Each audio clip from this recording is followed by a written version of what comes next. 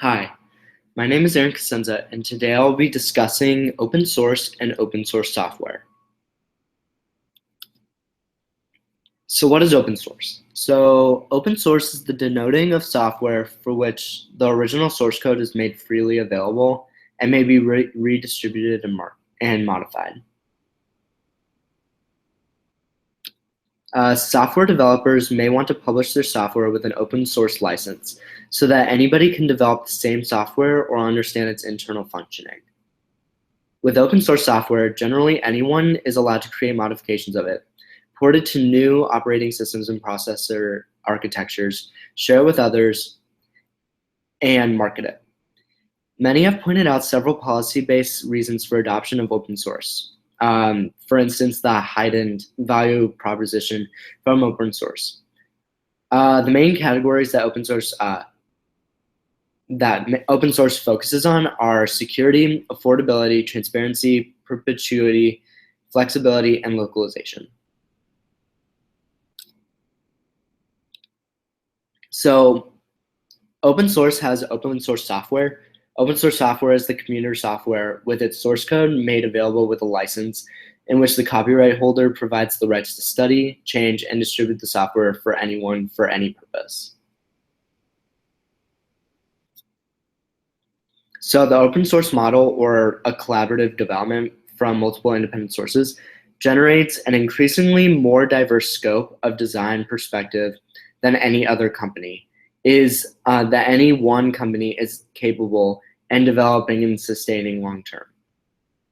A 2008 report from the Standish Group states that adoption of open source software models has resulted to a savings of about 60 billion per consumer.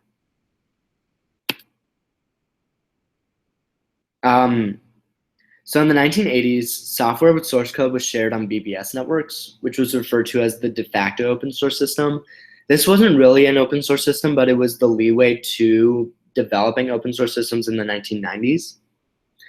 In 1991, it was the launch of the Linux, which is one of the most popular open source systems today. In 1997, Eric Raymond published The Cathedral and the Bazaar, a reflective analysis of the hacker community and free software principles. The paper received attention in 1998 and was one factor in motivating Netscape Communications Corporation to release their popular Netscape Communicator as a free software. This source code subsequently became the basis behind SeaMonkey, Thunderbird, Composer, and even Mozilla Firefox.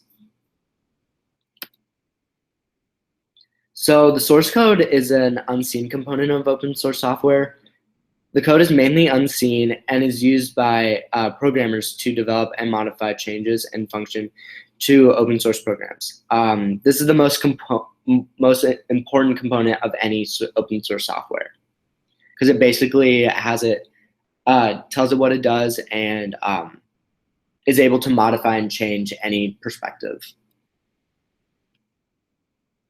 So basically, there's open source and closed source. So what I've been talking about in open source, you can basically modify and change any part of it at any point in time. However, in a closed source, only the makers can modify the code and content, which is a big difference between open source and closed source. And which is why open source is very popular, because you're able to change and modify anything that you want, and it's able to develop over time. So Linux is one of the most popular open source programs. It is a Unix-like and mostly POSIX compliant computer operating system assembled under the model of free and open source software development and distribution. This was developed in 1991, and Linux was the first real open source software and most popular of its kind. Today, it is mainly used with PCs and Android smartphones. The greatest advantages are the security and free use of software. So Mozilla Firefox is an open source web browser, which is very popular. Even I use it pretty much it's very popular amongst PCs. It has many functions, and it basically functions just as an open source would. and it's able to modify and change over time. It is a very popular web browser, just like with Google Chrome and Internet Explorer and Safari. Open source software is usually easier to obtain than proprietary software, often resulting in increased usage.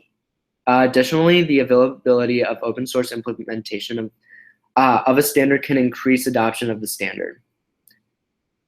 It has also helped to build developer loyalty as developers feel empowered and have a sense of ownership. Open source development offers a potential for a more flexible technology and quicker innovation. It is said to be more reliable since it typically has thousands of independent programmers testing and fixing bugs of the software. The modification of freedom, control, flexibility, and cost effectiveness are the core advantages to open source software. The main disadvantage of open source software is not being straightforward to use. Open source operating systems like Linux cannot be learned in a day. They require effort and possibly training from your side before you are able to master them. You may need to hire a trained person to make things easier, but this will incur additional costs. So open source software is widely used both as an independent application and as components in non-open source applications. Many independent software and value-added resellers and hardware vendors use open source frameworks, modules, and libraries inside their proprietary for-profit products and services. Those are the main applications that fund open source software since they are free user network. And they also funded through commercial beneficiaries for higher use and pay-per-view use to be able to ensure security of their system. So that was open source software. It's pretty self-explanatory. It's basically just the software that is able to use over time and is free to use and modify. We use it all the time, and it is very popular for our tech needs today. If you have any questions, comment below. Thank you.